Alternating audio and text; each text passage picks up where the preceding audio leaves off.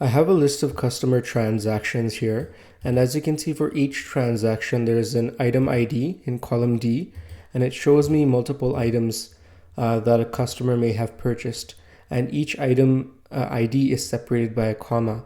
I want to be able to count how many items they've purchased, but of course we're not going to be manually counting each item for a person. So we want to be able to use a formula to automate this. So let me show you how to do that in this video today. First of all, we're going to start a new column. We'll call this total items. So the total amount of items that the person ordered. And the formula we're going to use is equals to length of this cell minus length, open bracket, of substitute. Now inside the substitute function, we're going to be taking this text here. So cell D2, and the old text is going to be a comma. So we'll do, in double quotes, we'll put in a comma, and then we'll close that off. And then after that, we're going to go ahead and do double quotes once again. So double quotes, open and close. We'll go ahead and close both quotes, and then we'll add a +1 at the end. And as you can see, now we're getting 3 items. So if I go ahead and drag this down, as you can see, for this one, we're getting 1, 2, 3, 4 items. 1 item, 1, 2, 3, 4, 5, 6, 7 items for this one. For this one, we're getting an error. We're getting 5 items. So 1, 2, 3, 4. There's actually 4 items, but we're getting 5. And the reason we're getting 5 is because there's a comma at the end. There shouldn't be a comma at the end of any of the cells. So I'm going to go ahead and I'm just going to remove this comma at the end and press enter. And now as you can see, we get 4 items.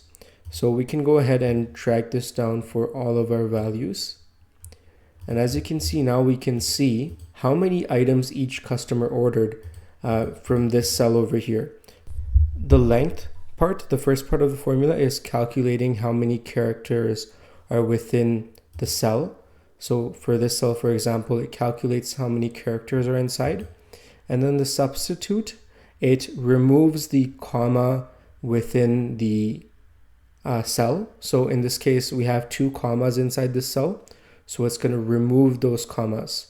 And so it's going to calculate the total cell characters minus the total characters without the comma. So it's going to remove the comma, and it's going to calculate how many commas there are. In this case, there are 2 commas, so it should return 2, but because there isn't a leading comma at the end, we've done a +1 over here. So that's why we're getting 3. So that's kind of the logic that we're using.